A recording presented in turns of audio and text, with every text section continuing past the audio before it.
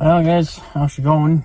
So, we, not much for wind again. It was nice and windy kind of all day. Had a good breeze coming through.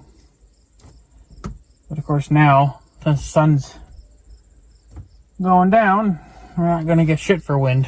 There's a little bit of a breeze, but comes and goes, of course. So, but yeah, we didn't get too much baled over here. He got the 4 outside rounds done. He actually got one. There was one left. I think he did that today because last night or whenever they were here, the grass was getting a little tough, getting a little wet, and they baled up that 12-acre piece, which has got that new grass in it, and that actually produced 23 bales, which is actually, I think, a record. I don't know if we've ever been. I think we've had close to maybe even 20 bales. I think that was probably the highest we've ever had. But unfortunately, you don't want to get that, on good rainy days or, good wet years, I guess. So, but, I don't know. He tried to bale a little bit more today, and he just finished off that last outside round and then disappeared. So I don't know if he must have went somewhere else to bale some hay somewhere else. I don't know. This stuff is having a hard time drying out. It's still a little wet underneath. It ain't soaked, but apparently it's borderline. Apparently 20% is as high as they want to go. Anything higher than that, then they don't want to do it. So, I don't know. I was checking some windrows. I checked way earlier, around 1. It's 8 o'clock now. I checked the ones in the square field because I figured, well, that would be the stuff to go before anything else. And I checked some of those windrows and they seemed perfectly fine. So I was trying to figure out why the young guy was saying that, that the hay is tough underneath. So then I came back a few hours later and got into some heavier windrows, and then you could see the moisture. You could feel it. And we're having a hard time getting this hay to dry out because the humidity's been up so high and nothing is drying. It's all good and dry on top, but unfortunately, I don't think it's going to. They're talking a chance of rain tonight, and I don't really want this hay sitting on the ground too much longer. So, I got to talk to the young guy about it again, but trying to talk to him is, well, I don't know. It's just hard to talk to him because he's always busy. So, tried to talk to him earlier today and got about 2 minutes into that, and then he had to go because his son was calling him. So, but I don't know. So, but if it rains, I don't know. They kind of keep playing with the rain, so it's either going to rain or not. Who knows? But if it does rain, because then again, it's going to. How much rain we're going to get is the question. And then you're probably talking another freaking 2 days of drawing, if the humidity's up. So, I think the only way we're going to win this battle is we're just going to have to flip it. Because I don't like hay sitting on the ground any longer than it needs to. It's like, with the kind of winds that we had today and the sun that we had today, if I was out raking, did the square field at least, that could have all been baled up by now. So this is actually getting to be kind of frustrating towards me again, because we couldn't get the hay on the ground. We're weeks behind on that, and now we can't get the fucking shit baled. Like, we got that, the 4 outside rounds done. Barely got that done. The 12 acre piece, that went just fine. He was punching them out like crazy. So far, of all the bales that we have so far, this is including, well, really just the 4 outside rounds and then the 12 acre piece. There is about 65 bales so far. I don't know, it's about every, what is it, half a round or something like that. Like, he's getting a bale, so he's punching out bales pretty quick. So there is a lot of hay in here, but what the true number will be by the time, we're done baling, who knows. But yeah, I don't know, we could easily, I think we're going to be over the 100 mark for sure, but I don't know. Because we can't get nothing fucking baled. So, and then they're only here with the one baler, because the young guy was running the other baler. He decided to try to burn that baler down, so he had a bearing go out, and then he didn't notice it quite right away. And then by the time he caught it, well, there was some, grass or whatever, or hay, I guess, sitting on top of that bearing or whatever, and it caught that grass on fire. So he was able to put it out, but that's how baler fires happen right there, because people don't catch them right away. And if you happen to have, dead grass laying around, it's just, there goes your baler and your tractor and everything else. So, but he doesn't really use the 855 anymore. He likes to use that baler in the ditches. Because the belts like to wander off because there's nothing really holding them in place. So they like to wander off the drum, and then you got belts all on one side of the baler, So apparently, I've never seen it personally happen, but I don't know. If it's a common problem, I think there's ways around it. Like, why not just weld on some ears, to help hold the belts in place. If it rubs up against those, if the belts rub up against those plates that you welded on, well, what are you gonna do? It's better than having your belts wander off and then they get twisted and whatever else. So,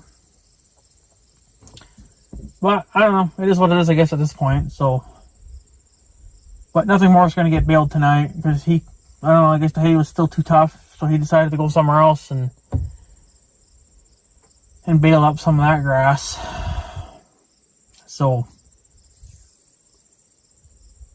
I don't know. So, if it rains tonight, well, then we're screwed. Depending on how much rain we get, of course, but I can hear an eagle.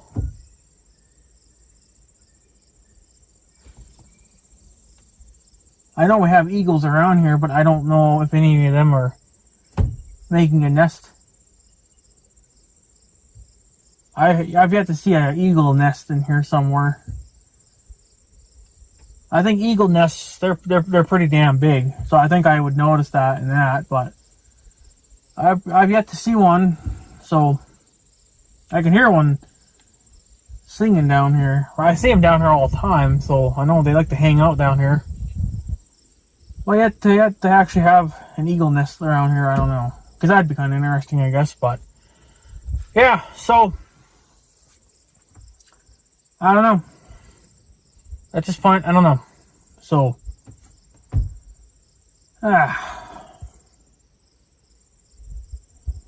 if we knew that the hay was still going to be kind of tough, I think it would have made more sense to just rake it, flip it over, and then, even just an hour, it would have dried out with the kind of wind that we were having and the heat and the sun. Within an hour, it would have made a difference. So, but the 15's down and whatever else. So, still trying to figure that out. That's what I've been trying to talk to the young guy about too, because I would like to get a part list put together and trying to see if he knows exactly what part numbers are what. I think I found them, but the fucking problem is I'm not 100% sure, because obviously I've never done this before, so it's all new to me.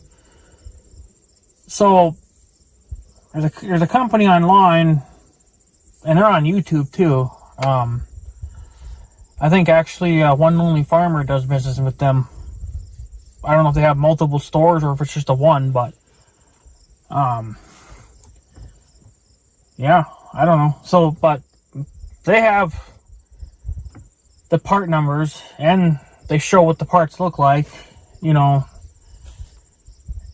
of course you can look that up in your book too and you'll find what they look like, but they're expensive. And it sounds like, and I had to do a lot of, there was a lot of homework in this kind of, in a way too, because I don't know what International did between a 1086 and a 1486 compared to a 1586, because originally from the factory, the 1586s only came with a 1000 PTO on the back, right? But a lot of people have adapted the dual speed, which is your 540 and your 1000.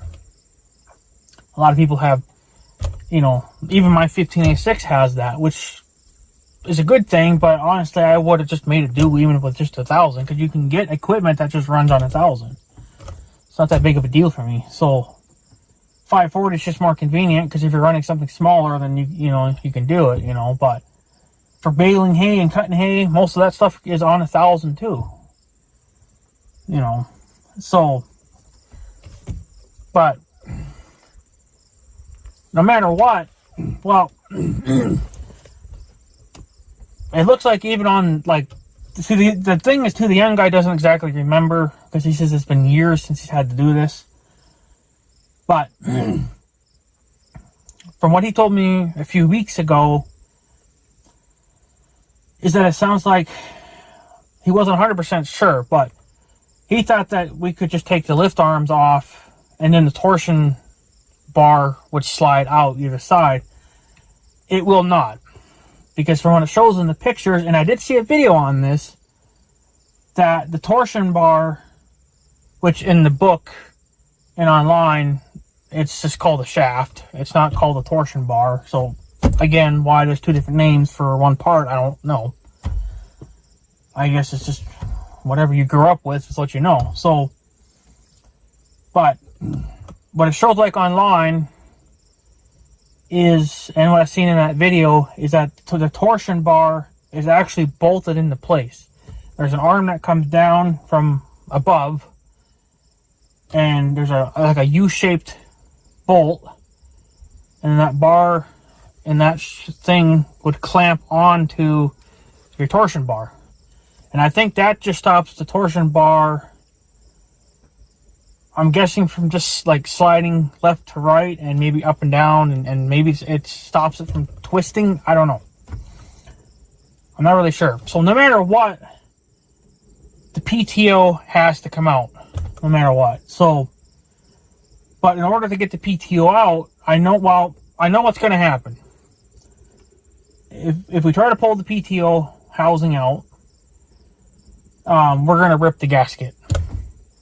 So, and I'm trying to figure out what gasket will go there, because I wasn't too sure, but I figured, well, if your tractor had the dual speed, you'd have a different style of gasket, because maybe that would all be a different shape. And then if you just had the 1000, it would again be a completely different shape. Apparently, from what the books say anyway, and from what the part numbers say, and whatever else it says, it has the same shape. of the housing. It's all the same. So apparently you can use the same gasket across the dual speed and just the single speed. So apparently there is no difference. And that's the gasket that would go between the PTO housing and the frame of the tractor. So you have to have a gasket between that. So trying to find that was interesting. I mean, I had the parts book, so I kind of knew what to go off of, but I didn't know if they would be different, because I don't really know what it takes to adapt a 540,000 unit to a tractor that's only designed to have a 1,000. Apparently there's really nothing, there's really that much you have to do. Apparently you just change them out and that's it. Apparently you can, I don't really know what goes into these things, but apparently you can just swap it out, and then there you go. So, but I know, like I said, pulling that gasket or pulling that PTO thing off, it's going to destroy the gasket. And then you have to pull your top link cover off, where your top link would connect to. That also has to come off. That has a gasket behind it, so I know I'm going to probably wreck the gasket because it's probably old. It's not leaking, but who knows how long it's been on the tractor, so chances are you're going to break it. So I have to keep all that in mind. I have to order all this too, because I'm not going to just put it back on there and then just have it leak. Like it's stupid. If you're going to do it right. So, but when it comes to the torsion tube, there is your O-ring, and then you have another thing that's called a retainer, but apparently it's also just acting like a oil seal, or an O-ring kind of, but it's kind of like a PTO oil seal. It looks kind of like that. If you ever, like the one on the Farm LA, I got to pull that out, and put a new seal in. It's still leaking right now. I haven't even ran the tractor for over a month and it's still leaking. But I haven't changed it yet either, because we've been trying to wait so we could use it to pull trees, but I think it's going to be out of oil by the time I get to. So, and you can buy these parts from this company. They have some in stock. I think just the O-ring itself. And I think you need at least 2 of those. I don't know. I was going to ask the young guy that, but then he had to go. So it doesn't say how many you need. It doesn't say in the book either. It doesn't say any of that crap. So, but so you need that, and those are like $26 a piece. So if you need like 3 or 4 of them, well, I want to get a spare, so in case we frick up, well then we can, then we'll have a spare. So, but yeah, I don't know. And then you have that retainer thing, and I don't know if I want to buy that, because if you buy it from them, I don't know. I don't know if this part is even required to be replaced. I imagine at some point you would have to, but I don't know exactly what I'm dealing with. And it sounds like it's in there no matter what. Like, it's not, it's just there.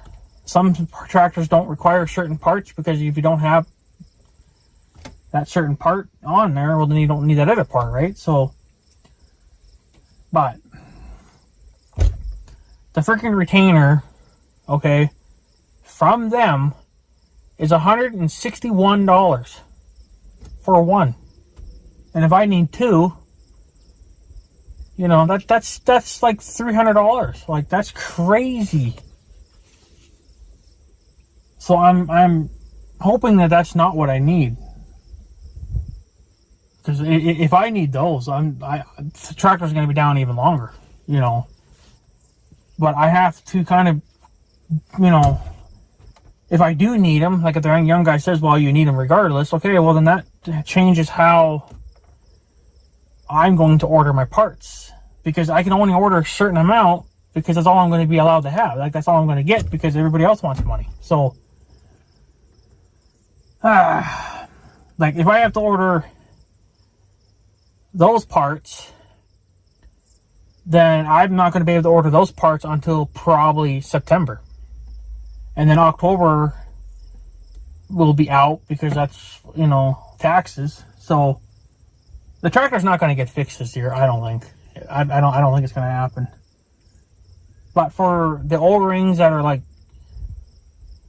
I think they were $20 something. I don't know. There was another one I was looking at too. I think it was like $40 something. So, but I don't know. So, but I did want to point this out because I thought this was kind of interesting and how. Now I'm pretty sure this is the book that I showed the young guy, but he couldn't find it. Okay, you guys know the I&T book. Well, I did some more looking around. I was just kind of just looking around because I was bored and trying to see if maybe there would be anything in here useful for the torsion tube or the torsion bar. And, well, I didn't think this book had it because you'd think that my Blue Ribbon book would have this.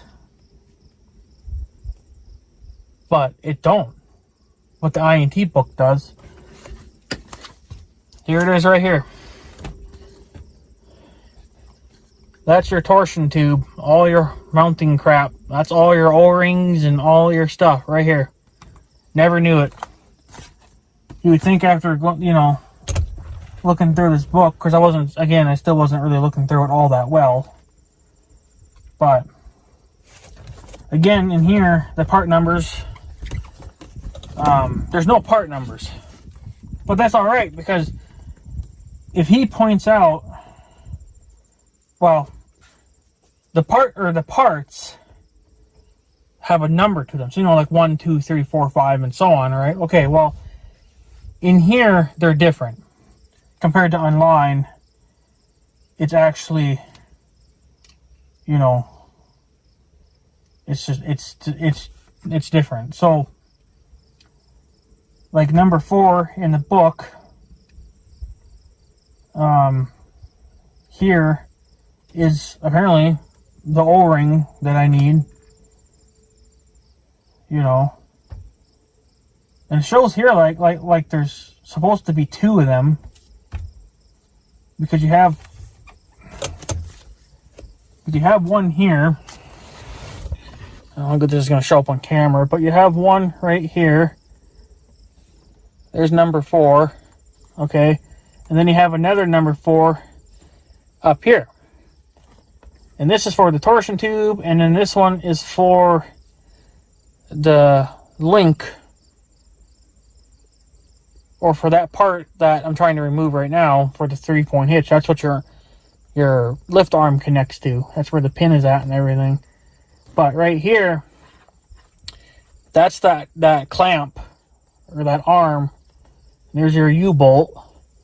That's what's actually mounted to the torsion tube. So it was in here. I didn't see it, I guess, and neither did the young guy. So, but the only problem is that it doesn't give you part numbers, but that's alright because I have it online. The only thing that's different here are the numbers. You know, 1, 2, 3, 4 or whatever. That's different in here compared to online. But the pictures, like in here and online, is like the exact same way. There's nothing different about it. So all I would have to do is basically just, you know, if he says number 4, well, then it would be number 3 online. Online, it's a number 3. And there they have the part numbers. And I think for one of them, they changed. but all they changed was the very last number. So they used to be whatever, C1. Now it's whatever, C2. Like, that's it. All they did was they changed the 1 to a 2. So everything else is the same. So, but in here, like, if you needed number 3, which in the other online, I think it's number 4, but here it's number 3, is the retainer. Which is going to be very interesting, because, like I said, those are $161 a piece, and if I need 2 of them, which maybe you do, maybe you don't, I don't know. So, but if that's the case, I won't be getting them anytime soon, because that's way too much fucking money. Now, that's only on their website. Now, Case IH might be a little cheaper if I can get them through Case IH. I'm going to try Case IH first, see if I can get all the stuff from them, and get it for a few bucks cheaper. And plus, I'd be able to get it, you know, like, probably a few days quicker. Like, if they have it sitting on a shelf, well, then that's perfectly fine. Then it'll just be whenever I can get down there to get it. But if they got to order it, well, it might take a couple days.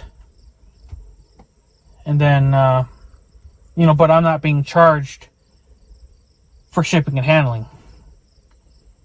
Because usually I think what they do is when you want to order parts, then they'll order parts for something else. And then basically they order stuff in bulk. So, you know, I think you get, that's why they don't really charge you much, you know, but I don't know. So,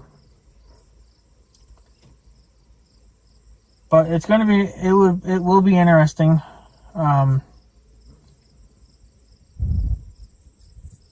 To figure out,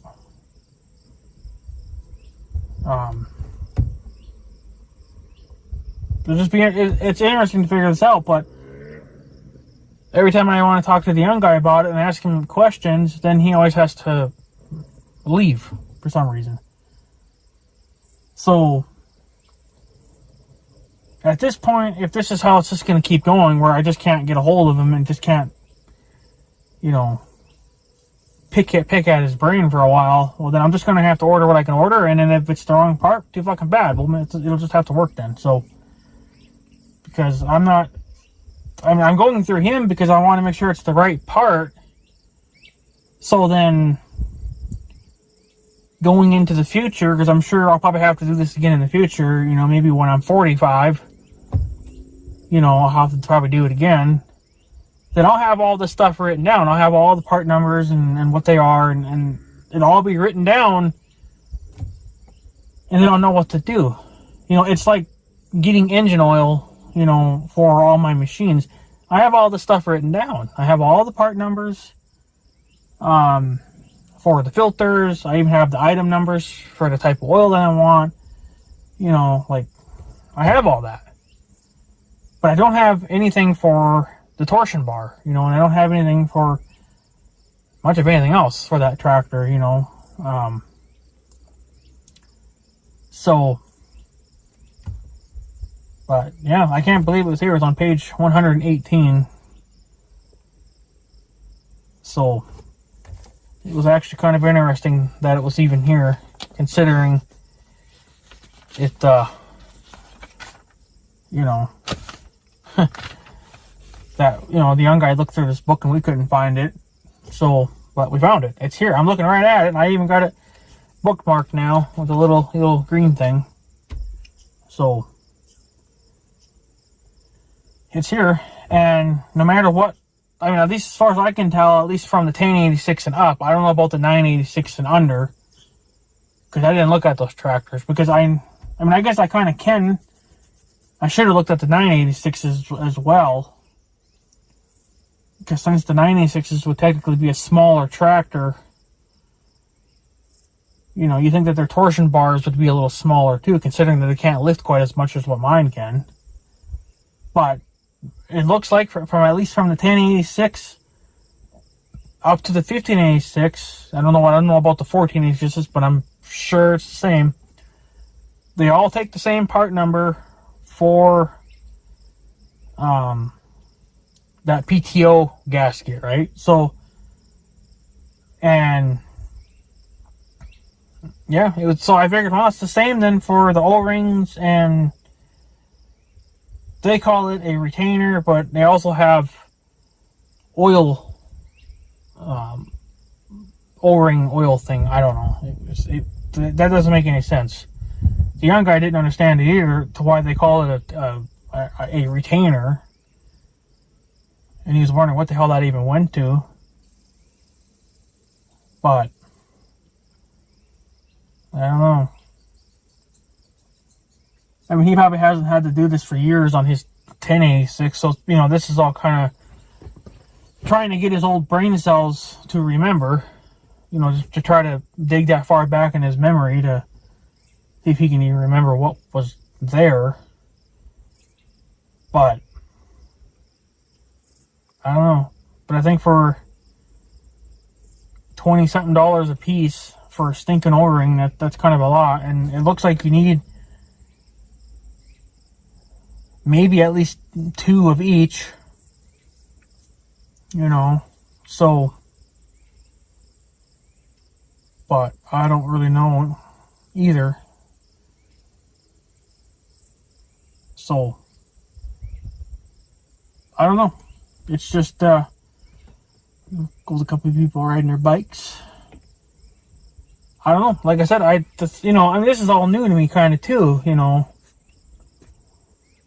So, but I mean, to actually see it in the book, that was actually kind of, well, I just about fell on the floor.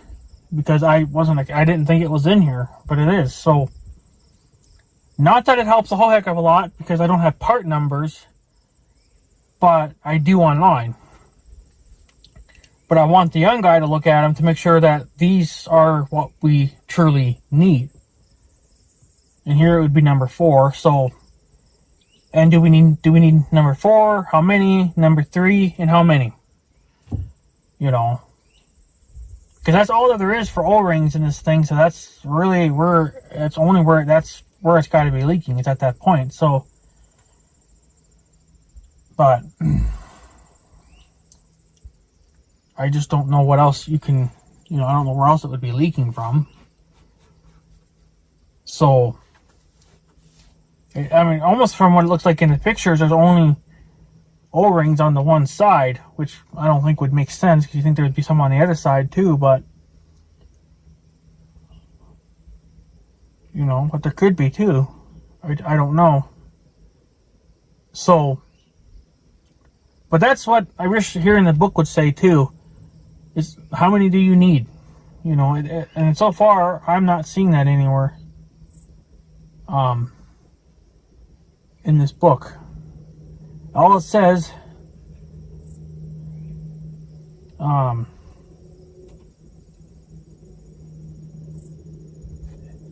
yeah, all it says is to lubricate all O-rings in IH Hy-Tran, which won't happen. It'll just be whatever I have.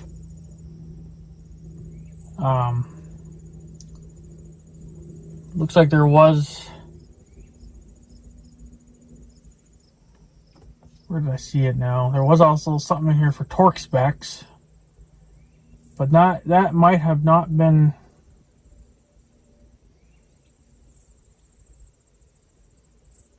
Yeah, that might be for something else. I don't know. So, but that's the only thing, you know, is that there's no part numbers in this, which I guess it kind of just at this point it'll just be whatever. But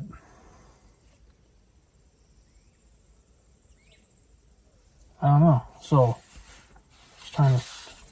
But it's only that little section, so that's why we didn't really, I guess, why we didn't see it, because it's a small little section, so, but it says to, you know, and of course it says there too that when you're going in here for maintenance, they recommend to replace all the O-rings, just not the one that's damaged, which would make the most amount of sense, because if you want to replace the one and you either still have a leak or you get a new leak in a few weeks, then you gotta tear all this shit back apart again. It's like, just do it all, and then you don't have to frick with it for hopefully for another 25 years. So that's where I totally agree with the book on that. Just do it all. You know, it's basically just like rebuilding it, so you might as well just rebuild it. So, but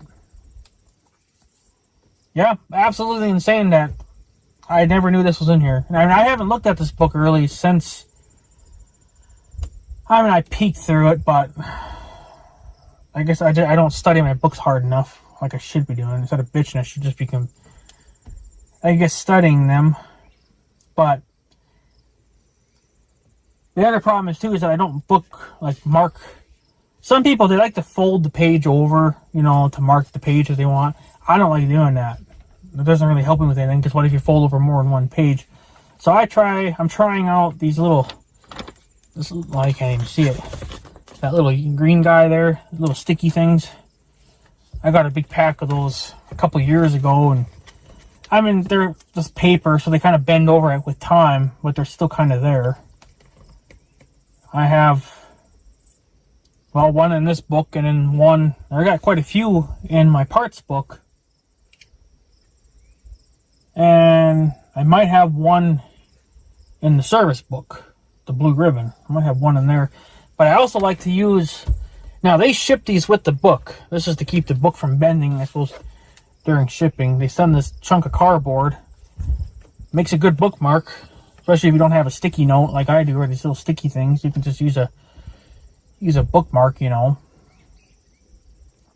Or just use, you know, a piece of cardboard. So, but I like these little sticky things better, because you can kind of read a little bit of it. And on this one, I just have torsion bar written down on it. So, but yeah, it was absolutely mind-blowing to actually find this in the book when I never knew it was even in here. But the only downside is it doesn't give you part numbers. And I don't know what book you would have to get to give you that, because the service book, the blue ribbon one, doesn't have it, and obviously this one doesn't have it either. And in my parts book, it doesn't even talk about this. It doesn't even have that, which is kind of a disappointing thing, because that's kind of important too. Like, that's a main, like, that's the second area that these tractors have been known to leak at, besides their freaking valves out the back and the clutch booster, which on mine it leaks.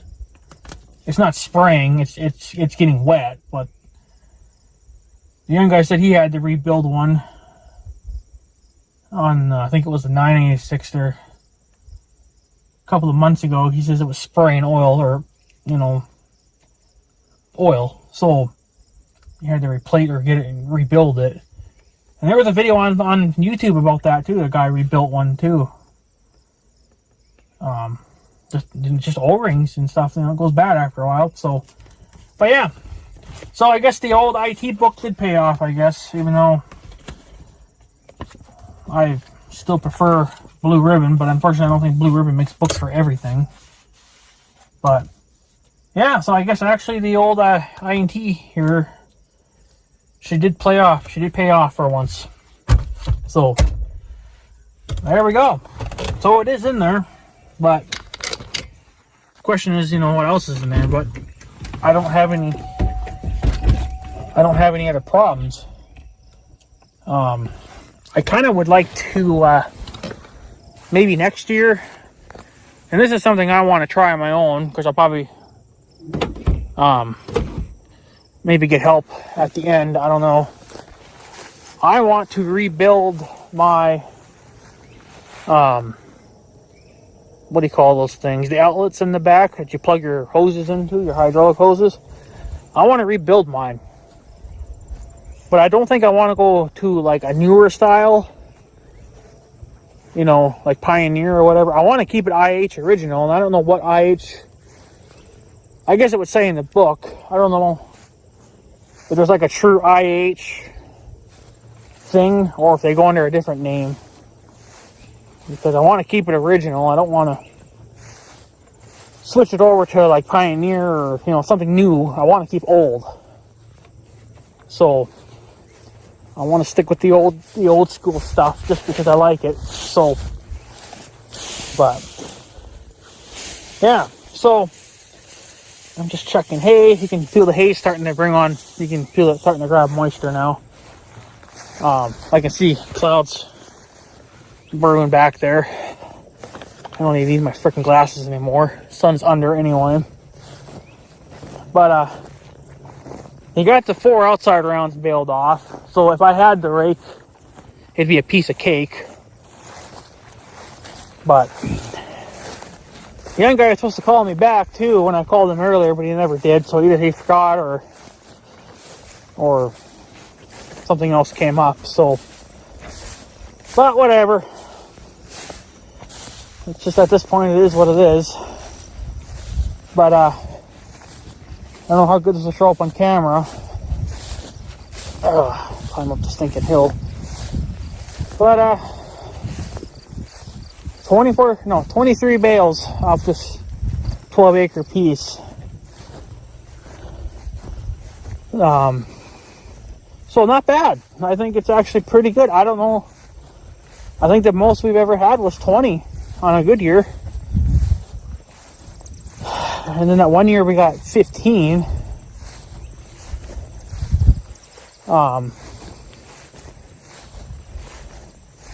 So actually I think my uncle could start grabbing these if he wanted to. But we still have hay in the way. But now you're not gonna, I guess, be able to see all of them because some of them are down in the hill. They're below the hill. But there's 23 out here. That's actually impressive. I don't think I've ever seen that high of a number. But I think the grass was better as you got more obviously over there. It was pretty short here. And well, we didn't have a trail right here, you know, this year really. So the hay was able to come in a little bit. So might have helped a tiny bit, but this neck here is, the grass is extremely short here. So that's why there's actually no bales here, because there's not enough grass here to make a bale quick enough. But out there is. And he did cut, this kid's been getting kind of ballsies. I don't know, this kid, I think he just has bigger balls than anybody else. Of course, I would have done the same thing, but he, it's a long walk. I guess technically I could have driven over here, but save it on the fuel. So, but yeah, he cut the low spot in here.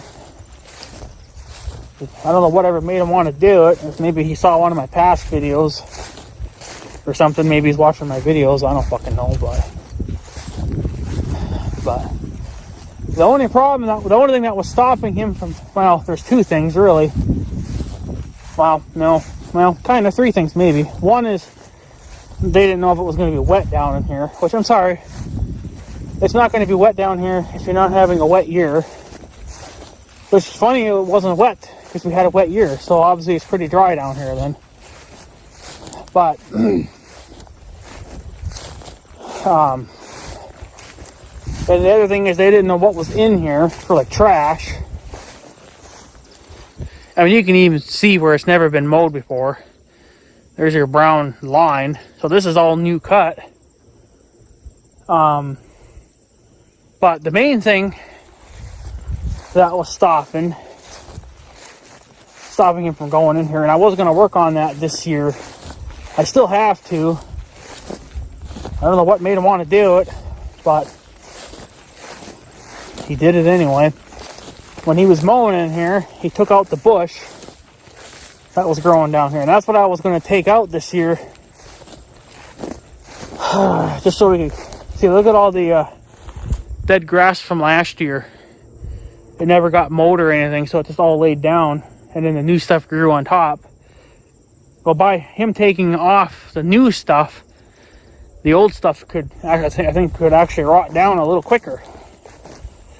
But it's, the grass in here is always so damn nice. It's even better than this shit. It gets nice and tall. So, but the only reason why I didn't want him to cut it was because I knew, while the bush was in here, and here it is. Here's the mess of the bush. So I didn't know what it would do to his mower. Well, I guess obviously it does nothing to your mower, apparently. And then I was going to, I was going to cut this down, cut it off, so then he could bale here, cut this all the time. Well, now I can come in here anytime with a chainsaw and then just shear that right off ground level. Because if he keeps mowing that every year, those bushes will never come back. They'll try to come back, I think, but if he keeps mowing them down, I don't think that they will. I think eventually they'll just give up and not come back. So that's the only reason why he wasn't able to cut in here. One, they didn't know what was in here, and two, it could have been, it is supposed to be a wet spot, but when you're having a year that is so dry, it's not going to be wet. But I imagine it was probably a little soft down here, but he didn't rut it up, so fuck it, keep doing it. If you don't see water standing there, go through it. Keep cutting the shit down. Because all this little bit of extra grass helps. So, but it's a damn nice bale. So I cut my freaking finger earlier today, so pretty much useless at this point. Can't really do anything with it. So, but I don't know. So what do you do? I'm glad that he did that. I noticed that he's been kind of ballsy this year. Of course, he always is. He tried to cut a little bit more. He did cut the fence line where I told him that he could cut, and it looked like he actually fell into the ditch. So I don't know. I told him to stay out of it, but he something happened there, and either he fell in it or maybe he tried to drive in it with the tractor to get a feel for it. I don't know, but it didn't turn out too well. So, but I don't know. So at this point, it is what it is. But at least this is done, so we don't have to worry about it anymore. This year, it looks like all new bushes and stuff are starting to try to grow out here. Ridiculous. So, but yeah, what are you gonna do? So, but yeah, there are some burdocks and stuff out here. I did spray some. We got a big cluster over in the rental pasture. I sprayed what I could there too, and then I ran out of Roundup. So I got to get more next time I run the town. So, but I don't know. Just kind of hoping to do some things this year or this month coming up, but I don't know. So I sprayed this guy too, this thistle. Him and his friends. You can see what this was quite a few days ago too. So he's pretty much done. I think he's still going to end up seeding, but he won't be able to seed next year. So, but yeah, I don't know. At least stuff is done. So, or it was getting done. For some reason he left. So couldn't get anything else baled today besides that last outside round, which at this point is kind of just whatever. So, but it's collecting moisture now, and then they're talking a chance of rain, so hopefully they'll cancel it. But if not, well, then it's going to be another 2 days probably, depending on how much rain we get. But I think if he would have brought the rake, or even just the raking tractor, hooked it up to my rake, I could have raked those outside rounds, or those swaths out in the big square field. We could have at least had that baled up tonight. So, but I guess we didn't think of it, and it's been so muggy and humid, that the hay's really having a hard time drying underneath. You're going to have to flip it, I think. Even if we don't get the rain, I don't think it's going to dry out much by tomorrow, because it's going to soak up all this moisture now all night long, and then it'll burn off the top. Yeah, even probably by noon it'll burn that off, but then you got all the stuff underneath, and that could take hours. So, but that's up to him, I guess. I offered to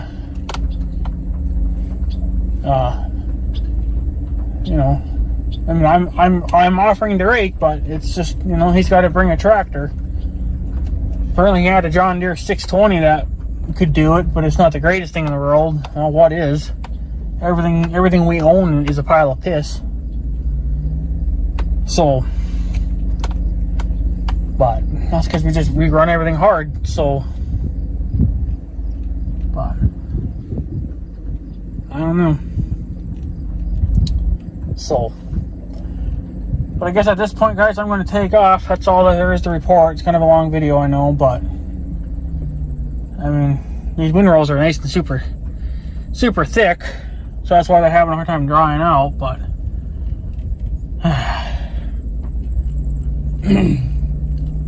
just got to get it done. We got to flip it and let it dry for a couple hours, and then bale it. So, but yeah, anyways, guys, I guess I'm going to take off. So I guess I have a good day and stuff. So yeah, thanks for watching, guys. Take her easy.